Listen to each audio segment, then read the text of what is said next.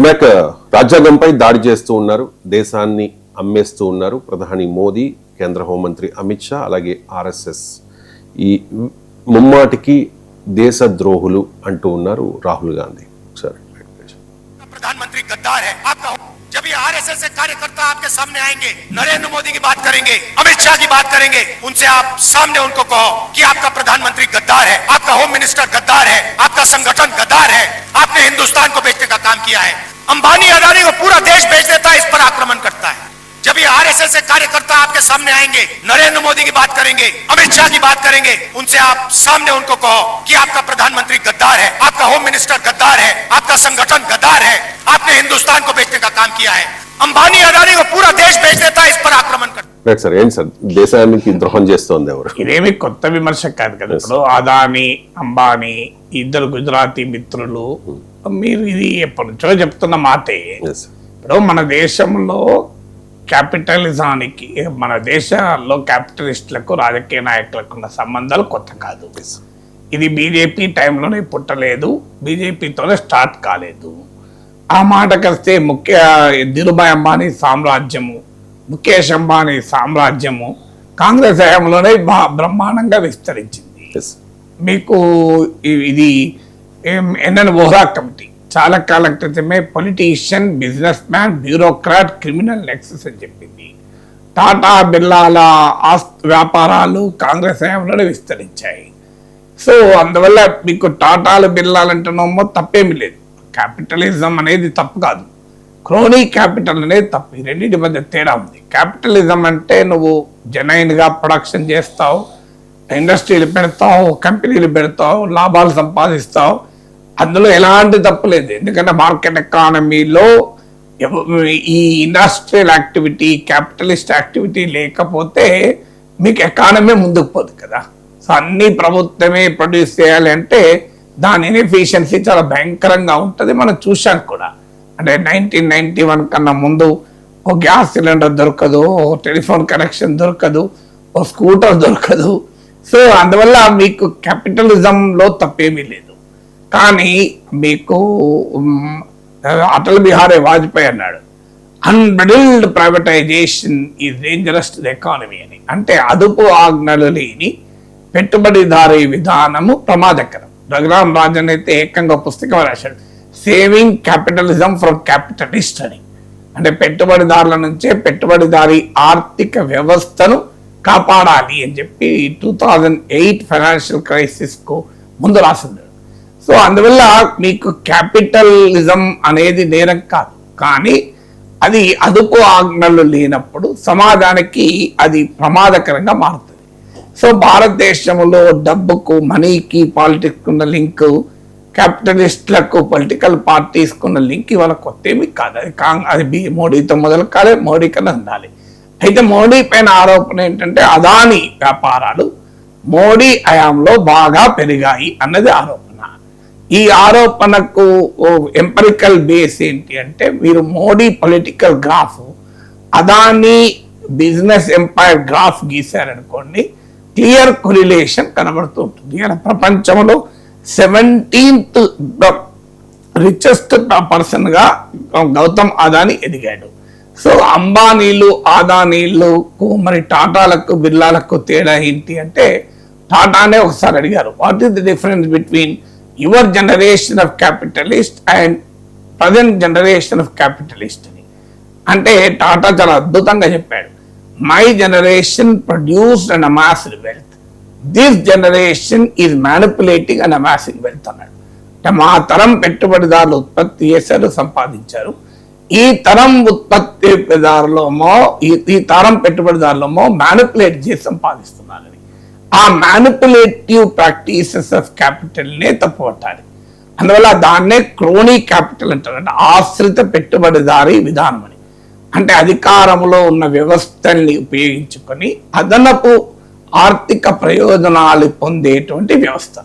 So ఇది మన దేశంలో చాలా బలంగా వేళ్ళూనుకుంటున్న మాట నిజం. సో మీకు దానికి ఒక ఉదాహరణ చాలు. మీకు అదానీ ఎయిర్పోర్ట్లకు బిడ్డింగ్ చేసిన ఫస్ట్లో మీకు department of economic affairs and నీతి ఆయోగులు స్పష్టంగా ఫైనాన్స్ మినిస్ట్రీకి రికమెండ్ చేశారు. ఈ రెండు కూడా ఫైనాన్స్ మినిస్ట్రీలో భాగమే.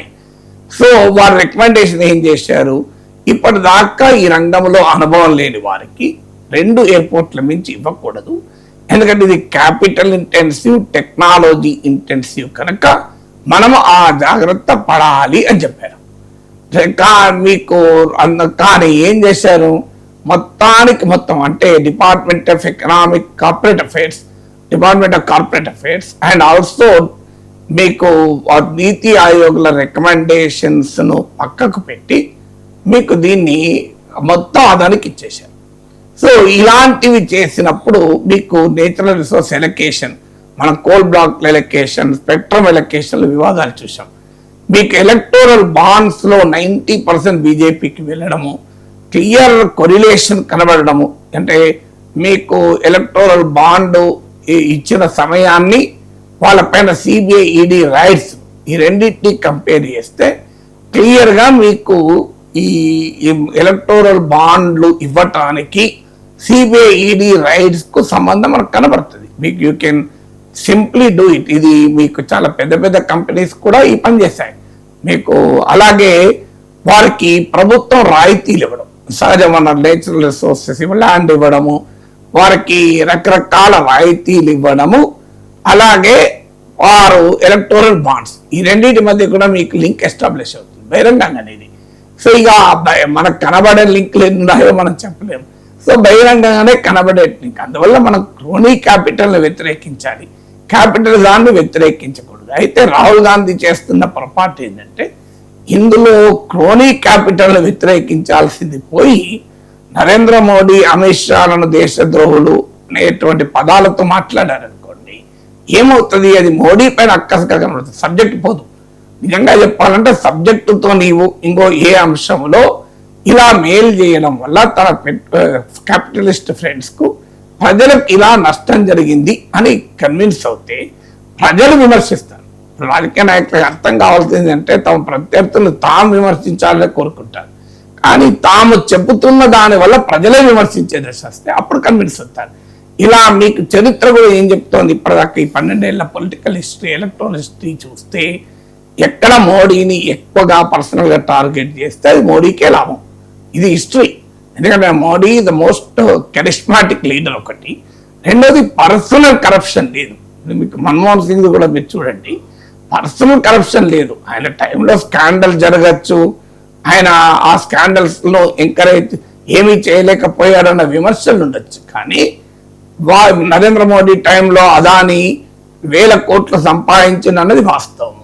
అదాని వారికి అనుకూలంగా, అలాంటి వారికి అనుకూలంగా ప్రభుత్వము విధానాలు చేపట్టింది అనేది దాంట్లో లాజిక్ ఉంది. ఇది department of justice, United states గవర్నమెంటే మీకు చెప్పింది కోర్టులో, మాకు భారత ప్రభుత్వం సహకరించడం లేదు అదానికి సమ్మన్లు జారీ చేస్తే అని. సో కానీ మీకు పర్సనల్ కరప్షన్ లేనప్పుడు ఏమవుతుంది అంటే పాలసీ ఇండ్యూస్ కరప్షన్. ఇది మీకు పర్సనల్ కరప్షన్ అంటే నరేంద్ర మోడీ ఆస్తులు పెంచుకోవడము, నరేంద్ర మోడీ వ్యక్తిగతంగా నరేంద్ర మోడీ బంధువులు ఆస్తులు పెంచుకోవడము. మీకు ఒక ఎమ్మెల్యే ఒక్కసారి గెలిస్తే ఎంత ఆస్తులు పెంచుకుంటారో మనకు తెలుసు. అది మోడీ విషయంలో ఎక్కడుంది, మీకు ఎక్కడైనా పర్సనల్ కరప్షన్ ఉందా? సో పర్సనల్ కరప్షన్ ఆరోపణలు కూడా ఎవరు చేయలేదు కదా. మీకు ఇంతవరకు కాంగ్రెస్ కానీ వేరే వాళ్ళకి కానీ ప్రతిపక్షాలకు కానీ ఇంకో ఇతను నరేంద్ర మోడీ ఇలా డబ్బులు తిన్నాడు, ఇంకో ఇక్కడ దాచాడు. ఈవెన్ ఒకప్పుడు మనకు రాజకీయ నాయకుల పైన వీళ్ళు బ్లాక్ మనీ స్విస్ బ్యాంకులో దాచారు, సేఫ్ హెవెన్స్ లో దాచారు, సెయింట్ కిట్స్ లో అనే విమర్శలు వచ్చాయి. నరేంద్ర మోడీ మీద ఆ విమర్శ కూడా ఎవరు ప్రతిపక్షాలు చేయడం లేదు. మోడీ పెద్ద ఎత్తున బ్లాక్ మనీ సమకూర్చుకొని విదేశాలకు తరలించాలని కూడా ఇంతవరకు ఒక్క ఆరోపణ లేదు. అన్నిటికీ మించి ఏంటంటే నరేంద్ర మోడీ ఫ్యామిలీ కూడా లేదు, ఆయన ఒక్కరు. సో అందువల్ల ఎప్పుడు కూడా మీకు ఫ్యామిలీ ఉంటేనే ఈ అవలక్షణాలకు స్కోప్ ఉంటుంది, ఈ అవలక్షణాల ఆరోపణలు కూడా వస్తాయి. ఎందుకంటే కొడుకో బిడ్డో ఎవడో తప్పుడు పని చేస్తుంటారు. సో దాన్ని కూడా మెడకు చుట్టుకుంటూ ఉంటుంది. నరేంద్ర మోడీకి ఆ సన్ స్ట్రోక్ లేదు, ఫ్యామిలీ స్ట్రోక్ కూడా లేదు. సో అందువల్ల మీరు నరేంద్ర మోడీని పర్సనల్ గా అవినీతి పరుడు, దేశద్రోహి అంటే జనం యాక్సెప్ట్ చేయరు. జనం యాక్సెప్ట్ చేయరు కనుకనే రాహుల్ గాంధీకి యాక్సెప్టెన్స్ వస్తలేదు. పాలసీల మీద నువ్వు కన్విన్స్ చేయాల్సింది పోయి పర్సనాలిటీస్ అటాక్ చేస్తే రాహుల్ గాంధీ తపస్సు చేసిన మోడీ ఇమేజ్ ఇటీవల కాలంలో పొందలేడు. సో ఆ మోడీ డిస్ట్రాయ్ చేసుకోవాల్సిందే తప్ప. సో అందువల్ల ఇప్పుడు ఎకానమీ ఉంది. మీరు అడగండి, ఇప్పుడు చూడు పెట్రోలియం సెక్టార్లో డిపెండెన్సీ 77.6% నుంచి 88.6% ఎందుకు పెరిగింది?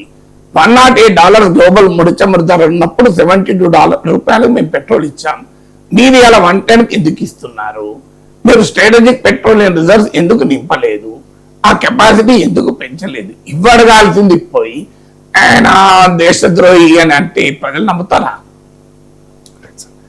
Thanks so much sir. చాలా అంశాలకు సంబంధించి చాలా డీటెయిల్డ్గా ఇన్డెప్త్గా విశ్లేషణ అందించినందుకు. ఇది ఇవాళ నమస్తే నాగేశ్వర్. మళ్ళీ రేపు కలుద్దాం. చూస్తూనే ఉండండి 99.